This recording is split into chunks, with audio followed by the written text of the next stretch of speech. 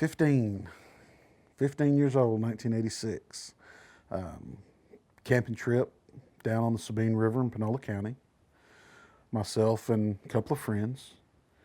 We had been fishing all day. We had caught quite a mess, what we call a mess of catfish, which is, probably, I don't know, 10, 15 catfish.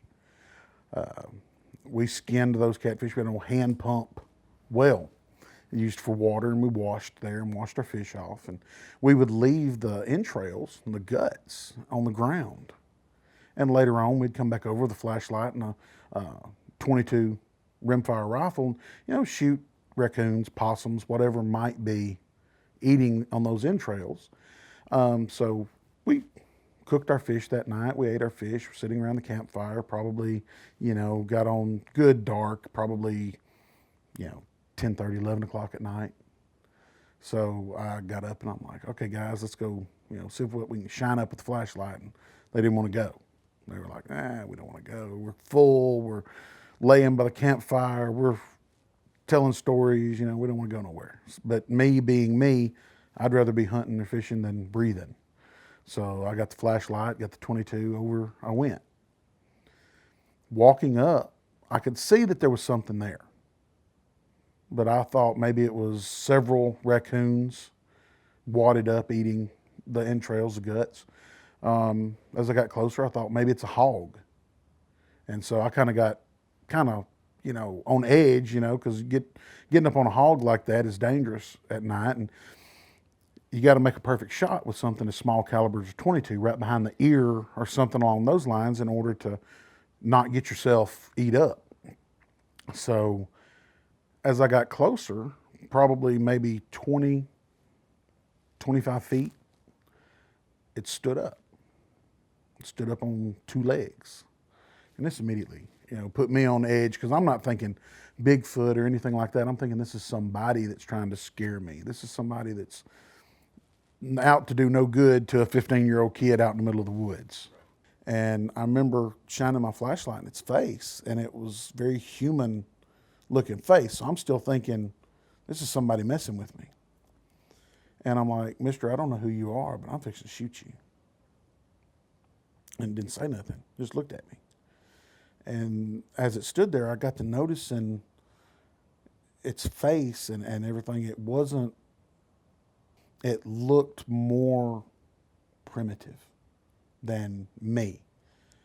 But it was still human looking. I mean, it had a nose, it had two eyes, it had lips, everything that were like mine, just a little different, And the hair, it was covered in hair, but it looked like it had been wallowing in the mud because the hair hung off of it like dreadlocks. But you could tell that it was from the mud that was caked in the hair. And which, now that I'm older, totally makes sense because of how bad the mosquitoes are down on the river in the summertime. And every animal down there wallows in the mud to get rid of the mosquitoes. And as a teenager, though, I'm looking at this thing and I'm still scared. And I'm a big guy. And even then, I was a big guy. And I've got the rifle leveled at it, and I'm talking to it, and I'm like, still thinking, this is somebody messing with me. And I'm like, mister, I don't know who you are, but I'm really scared. I'm going to shoot you. And I remember it's still looking at me, and it takes 3 steps backwards, toe to heel. And which is very important because people say, oh, maybe you saw a bear. Bears can't walk toe to heel. Bears can't walk backwards. If they do, it's very clumsy. It's very odd. This was fluid. This was smooth. And it walked backwards, toe to heel.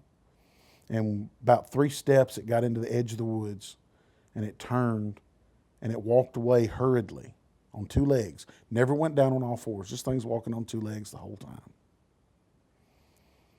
And I walk back over and I tell my friends, man, y'all ain't going to believe this. And tell them, and they're like, yes, Stewart, whatever. Tell us another one. And I didn't say anything else. I'm like, I'm not going to get ridiculed for opening my mouth because, teenager down there, everybody's going to be like, yeah, what were y'all drinking or whatever. So, I just shut up about it. Many years later, about 10 years later, my father and I were fishing again, And we had caught a lot of fish, about 150 pounds of fish.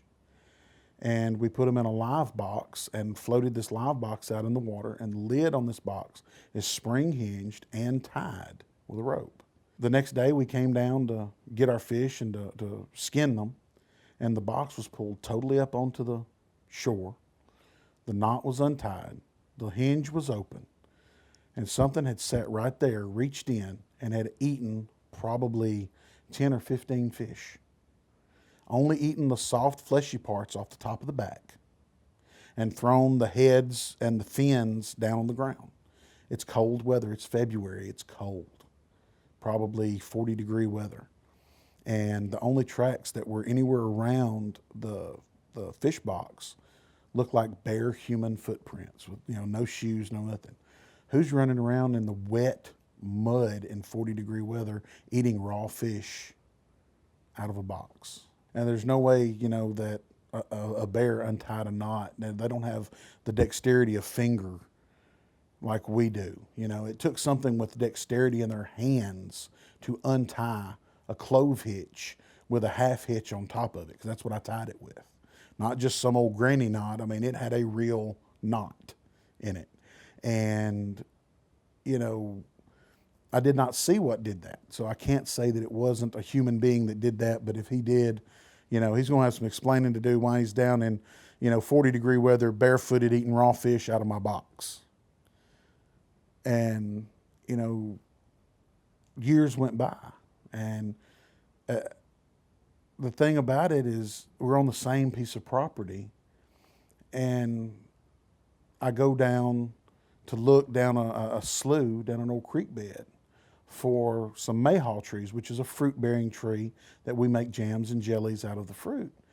And I'm walking down looking for the mayhaws, and I hear a loud crash in the bushes about 15 feet away.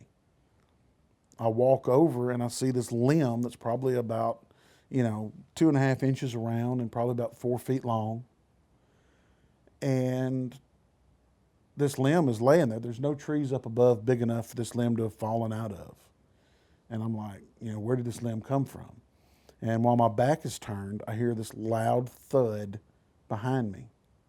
And I wheel around. I have a rifle on my shoulder. I wheel around, and crouched down right behind me is this creature. And it's the same basic creature that I saw when I was 15 years old.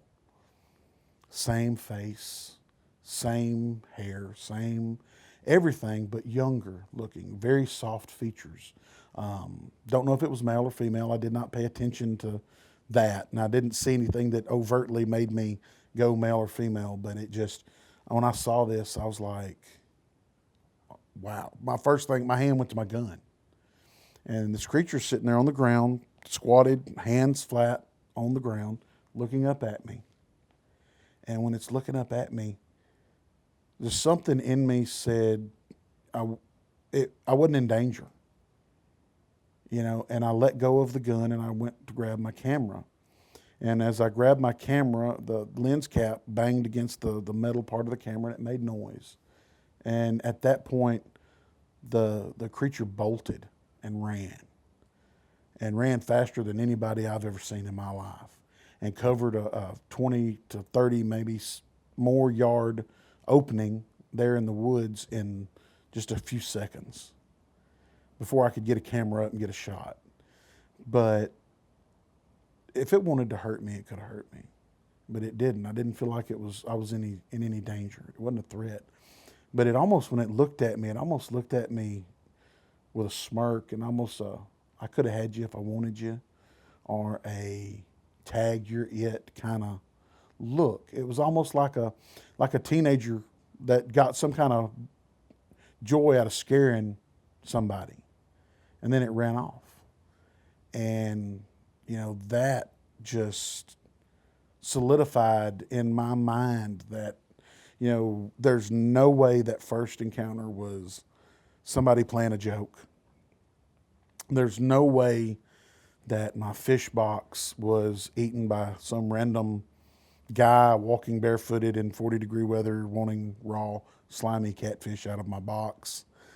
And now with that sighting, and there's years in between all of these. This isn't something that happened, this one happened today, that one happened tomorrow. I mean, there's 10 years or more in between each encounter. And that last one with the, face to face, I mean, I was 5 feet. So, I mean, I know what I saw. Yeah, I'm face to face. I can see the whites of its eyes. I can see the brown of its eyes. I can see its nostrils flaring as it breathes. I can hear it breathing. And it's got the same mud-covered, dreadlock-looking hanging hair, wallowing in the mud. Got to keep the deer flies and the mosquitoes and the ticks off somehow. And in East Texas, what are you going to do? You're going to wallow in the mud like any other animal is. And the smell was of, if anybody's ever been in East Texas, smell gumbo mud, which is a gray mud that has a really harsh, rotten leaf litter smell to it.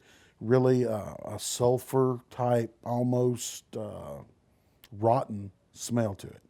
And that's kind of, like in Florida where they call it the skunk ape, it's kind of where they get that smell from. And this kind of had that smell also. And I'll just never forget that smell, that sight, and that feeling that I had. At first it was fear, and I'm not scared of anything. I mean, like I said, I'll fight a grizzly bear with a toothpick. I'm not scared. But this was scary, exhilarating, and makes you doubt everything you ever learned in your life that's real and unreal.